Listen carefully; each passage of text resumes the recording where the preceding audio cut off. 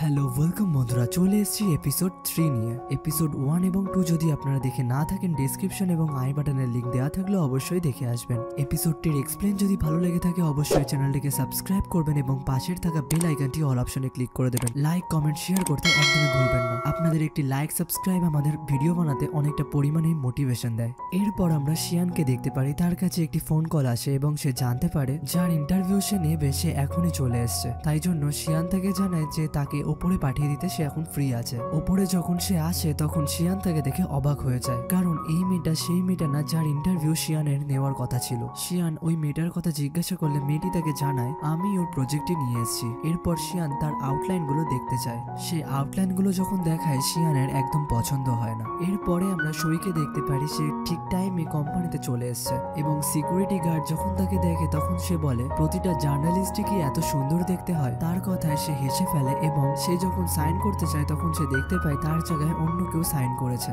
যার নাম লিং। এরপর সই শিয়ানের অ্যাসিস্ট্যান্টের সাথে দেখা করে এবং বলে আমি এখানে ইন্টারভিউ দিতে এসেছি, আমাকে একটার সময় টাইম দেওয়া হয়েছিল। অ্যাসিস্ট্যান্ট তখন তাকে বলে আপনার জায়গায় তো অন্য আরেকজনকে পাঠিয়ে দেওয়া হয়েছিলেন এবং তাকে তো আপনিই পাঠিয়েছিলেন। তখন সই তাকে জিজ্ঞাসা করে আমি কি শিয়ানের সাথে দেখা করতে পারি। তখনই শিয়ান তার রুম থেকে বাইরে বেরোয়। সই ভাবে হয়তো শিয়ান তাকে ডাকবে, কিন্তু শিয়ান তাকে ইগনোর করে তার পাশ দিয়ে চলে যায়। সই তখন দৌড়ে তাকে ডাকে এবং বলে আমি এখানে ইন্টারভিউ দিতে এসেছিলাম, কিন্তু আমার জায়গায় অন্য আরেকজন চলে এসছে, আমি কি এখন ইন্টারভিউ দিতে পারি। শিয়ান তখন জানায় এটা পসিবল নয়, কারণ আমার ইন্টারভিউ আগেই দেওয়া হয়ে গেছে। সই বলে আমার এখনো কিছু কোশ্চেন করা বাকি রয়েছে। শিয়ান তখন বলে তুমি আমাকে কোশ্চেন বলো, তারপর আমি ভাববো তোমার ইন্টারভিউ নেবো কি নেবো না। সই যখন তাকে কোশ্চেন করে শিয়ান চুপ হয়ে যায়, কারণ সইর কোশ্চেন গুলো খুব ভালো ছিল এবং শিয়ানেরও পছন্দ হয়েছিল। শিয়ান তখন সেখান থেকে চলে যায়, এর মানে শিয়ান ইন্টারভিউর জন্য হ্যাঁ বলে দিয়েছে। তখন শিয়ান সইকেও নিয়ে যায় এবং তিনজনে লিফট দিয়ে যাচ্ছিল, তখনই শিয়ানের কাছে একটি ফোন কল আসে। এখানে আমরা জানতে পারি শিয়ানকে তার নিজ ফোন করেছিল, কিন্তু সে তার ফোনটা কেটে দেয় এবং তার অ্যাসিস্ট্যান্টকে বলে তুমি ওকে কল করে বলে দাও সে যদি আমার সাথে ভদ্রভাবে কথা বলে তবেই আমি তার সাথে কথা বলবো। এরপরে ওদের তিনজনকে আমরা পার্কিং এরিয়াতে দেখতে পারি। শিয়ান সইকে বলে আমার এখান থেকে গাড়িতে করে যেতে 2 ঘন্টা টাইম লাগবে, ততক্ষণে তোমার মনে যা কোশ্চেন আছে সেগুলো আমাকে করতে পারো। এই কথা শুনে সইও খুব খুশি হয়ে যায় এবং গাড়িতে বসে বসে সই তার বন্ধুর কথা চিন্তা করতে থাকে যে ট্রিকগুলো সে তাকে শিখিয়ে দিয়েছিল, কিন্তু তার একটা ট্রিকও শিয়ানকে অ্যাট্রাক্ট করতে পারছিল না। সই তার হাতটাও শিয়ানের কাছে নিয়ে যায়, কিন্তু শিয়ান তার আগেই তার হাতটা উঠিয়ে নেয়। সই তাকে বলে ইন্টারভিউ নেওয়ার আগে আমাদের দুজনের মধ্যে কিছু কথা বলা দরকার, যাতে আপনি ফ্রিলি ভাবে ইন্টারভিউ নিতে পারেন। কিন্তু তখনই শিয়ান তাকে জিজ্ঞাসা করে আপনার গরম লাগছে না তো। সই তাকে না বলা সত্ত্বেও শিয়ান তার জানলাটা খুলে দেয়। এরপরে তারা দুজনে একে অপরের ইন্ট্রোডাকশন দেয়। সই ও তার নিজের ব্যাপারে বলতে থাকে এবং শিয়ানও বলে আমি কোম্পানির সিইও এবং আমার বয়স 27 ইয়ার্স।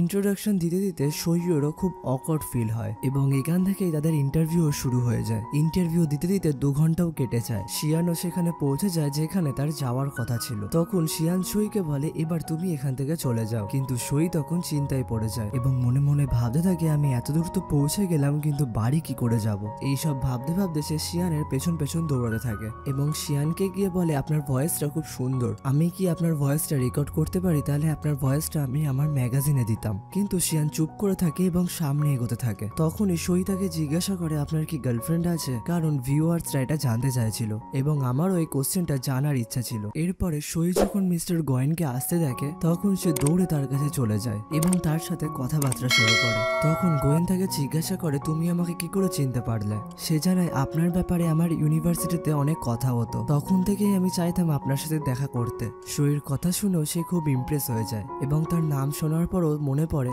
যে সে তার অনেকগুলোই আর্টিকেল পড়েছে এবং গোয়েন বলে যদি আমি জানতাম তুমি শিয়ানের সাথে আসবে তাহলে আমি খুব সুন্দরভাবে তোমার ওয়েলকাম করতাম। এরপর শিয়ান পেছন থেকে সমস্ত কিছু ক্লিয়ার করতেই যাচ্ছিল, তখনই সই কথাটা ঘুরিয়ে ঘোড়ার দিকে নিয়ে যায়। গোয়েনও তার সাথে কথা বলতে শুরু করে এবং বলে এই ঘোড়াগুলো অতটা ভালো না, কিন্তু পেছনে যে ঘোড়াগুলো রাখা রয়েছে ওইগুলো অনেক ভালো, এবং বলে তাহলে ওইগুলোও আমরা দেখে আসি। গোয়েন তাকে ইনভাইট করে সেখান থেকে চলে যায় এবং শিয়ানও যখন সেখান থেকে চলে যাচ্ছিল সই তার পেছন পেছন যেতে শুরু করে এবং শিয়ান বলে আমি এখন জামা কাপড় চেঞ্জ করতে যাচ্ছি, তুমিও কি আমার সাথে ঘরের ভেতর ঢুকবে নাকি। তখন সই বলে না আপনি যান, আমি বাইরেই আপনার জন্য ওয়েট করছি। সই যখন বাইরে দাঁড়িয়ে থাকে তখন গোয়েন তার কাছে ঘোড়া নিয়ে আসে এবং বলে যদি তুমি রাইডিং করতে চাও তাহলে আমি আমার ওয়াইফের রাইডিং ড্রেস তোমাকে দিতে পারি। এরপরে তারা যখন ড্রেস চেঞ্জ করতে ভেতরে ঢোকে তখন শিয়ানকেও সে দেখতে পায় এবং সই যখন ড্রেস চেঞ্জ করে করে তখন সে শিয়ানের কথায় ভাবতে শুরু করে যে সে সেখান থেকে চলে গেছে কিনা, এবং সে বেল্ট লাগাতে পারছিল না বলে চিল্লাতে শুরু করে। শিয়ান তার গলার ভয়েস শুনে তার কাছেই যেতে থাকে, কিন্তু সে মনে মনে ভাবে হয়তো সে এটা কোনো ট্রিক ইউজ করছে, সেই কারণে সে তার কাছে যায় না এবং সেখান থেকে চলে যায়। এরপরে সইও রাইডিং ড্রেস পরে বাইরে বেরোয় এবং তাকেও একটা ঘোড়া দিয়ে দেওয়া হয় এবং সেও ঘোড়াটির সাথে কথা বলতে শুরু করে।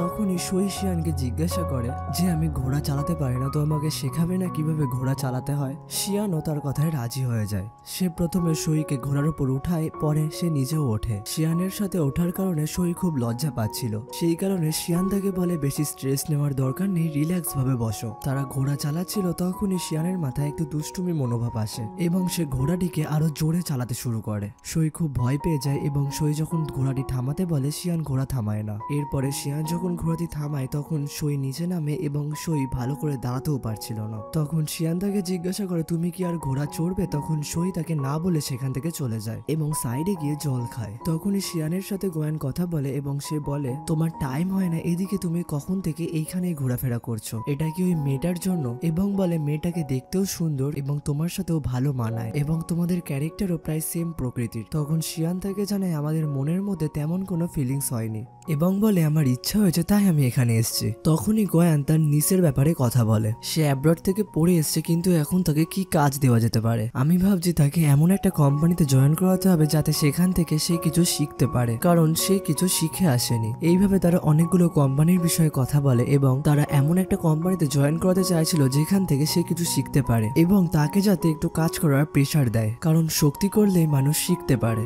এরপর সে তার কোম্পানির ব্যাপারে কথা বলতে শুরু করে। সে বলে তোমার বাবার কোম্পানি যখন ক্রাইসিসের মধ্যে দিয়ে যাচ্ছিল তখন একটা কোম্পানি তোমাদের হেল্প করেছিল, তুমিও কিন্তু তাদের হেল্প করো। গোয়ান তাকে এইসব বিষয় নিয়ে বোঝাচ্ছিল এবং তার নিসের ব্যাপারেও কথা বলছিল। তোমার একটা জার্নালিস্টের সাথে কথা বলা উচিত এবং তাকে জবে রাখা উচিত। সে ইনডাইরেক্টলি সইর ব্যাপারেই কথা বলছিল যাতে সে সইর কোম্পানিতে জয়েন করে। তখন শিয়ান তাকে জিজ্ঞাসা করে আপনি কোনো জার্নালিস্টকে চেনেন না? তখন সেও জানায় আমার কাছ তো ওদেরকে ঘিরেই, কিন্তু আমার মতে তোমারই তাদের সাথে কথা বলা উচিত। এরপর তারা বাড়ি যাচ্ছিল, বাড়ি যেতে যেতে অনেক রাত হয়ে গেছিল বলে সইও তাদের গাড়িতেই যাচ্ছিল এবং শিয়ান তার গাড়ির ড্রাইভারকে বলে দেয় প্রথমে তাকে বাড়িতে ছেড়ে দাও এবং তারপরে আমাকে ছাড়বে। তার কথা শুনে সই মনে মনে ভাবতে শুরু করে আজকে সেও খেলো না এবং আমিও খেতে পারলাম না, হয়তো কাজের মধ্যে থেকে সে খাবার কথা ভুলে গেছে। তাহলে আমি তাকে জিজ্ঞাসা করি খাবারের কথা। সে যখন জিজ্ঞাসা করতে যায় তখন শিয়ানকে বই পড়তে দেখে সে অবাক হয়ে যায়, কারণ বই পড়া অবস্থাতেও শিয়ানকে খুব সুন্দর দেখতে লাগছিল। সে তাকে দেখতে দেখতে ভুলেই যায় যে তাকে কি জিজ্ঞাসা করার কথা ছিল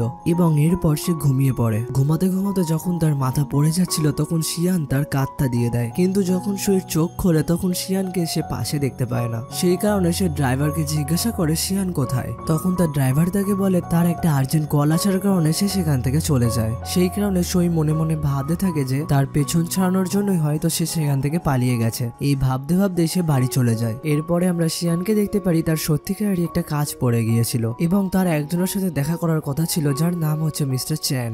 শিয়ান তার কোম্পানির ব্যাপারে কথা বলছিল। আসলে তার কোম্পানি সে সেল করে দিচ্ছিল, সে আর কাউকে বিক্রি করছিল না, সে শিয়ানের বাবাকে এই কোম্পানিটা বিক্রি করে দিচ্ছিল। শিয়ান তাকে বোঝায় কোম্পানিটা বিক্রি না করতে। আসলে চ্যাংয়ের কোম্পানি ফাইন্যান্সিয়াল প্রবলেমের মধ্যে দিয়ে যাচ্ছিল, তাই শিয়ান তাকে বলে তুমি কারোর কাছ থেকে ইনভেস্টমেন্ট নাও এবং কোম্পানিটাকে আবার প্রথম থেকে চালু করো। চ্যাং তখন বলে এটা পসিবল নয়, আমি এটার ব্যাপারে আগেও ভেবেছিলাম। তখন শিয়ান তাকে বলে ঠিক আছে, এই বিষয় নিয়ে আমরা দুজনাই ভেবে দেখবো। আসলে শিয়ান তার হেল্প করতে চাইছিল। অন্যদিকে আমরা সইকে দেখতে পারি সে অনেক টায়ার্ড হয়ে গেছে, কিন্তু তাও সে বাড়িতে এসে ইন্টারভিউর জন্য কাজ করছিল, কারণ তাকে তার ইন্টারভিউ কালকে সাবমিট করতে হতো। এরপর সই তার ডিরেক্টরের কাছে সমস্ত ইন্টারভিউ জমা দেয় এবং সেটা দেখে তার ডিরেক্টর খুব খুশি হয়। এরপর সই শিয়ানের ভয়েসের ব্যাপারেও বলে যে আমি তার ভয়েস রেকর্ড করে এনেছি এবং আমি সেটা ডিজিটাল ম্যাগাজিনে ইউজ করতে চাই। তখন তার ডিরেক্টর তাকে জানায় আমাদের কাছে এত বাজেট নেই যে আমরা ডিজিটাল ম্যাগাজিন বার করব, এবং বলে এটার বিষয়ে আমরা পরে ভেবে দেখব। তখন সই তাকে বলে এটার বিষয়ে আপনাকে আগেই ভাবা উচিত, কারণ এই জিনিসটা করলে আমরা তাড়াতাড়ি ইন্টারভিউ পাবো এবং আমাদের প্রফিটও ভালো হবে। তার আইডিয়া ডিরেক্টরের খুব পছন্দ হয় এবং এখানে আমাদের এই পার্টটাও শেষ হয়ে যায়। ড্রামাটির এক্সপ্লেন যদি ভালো লেগে থাকে অবশ্যই চ্যানেলটাকে সাবস্ক্রাইব করবেন এবং পাশের থাকা বেল আইকনটি অল অপশনে ক্লিক করে দেবেন। কমেন্ট করে জানাবেন এক্সপ্লেনটি কেমন লাগলো। আবার দেখা হবে পরের ভিডিওতে। সবাই ভালো থাকবেন, সুস্থ থাকবেন, টাটা।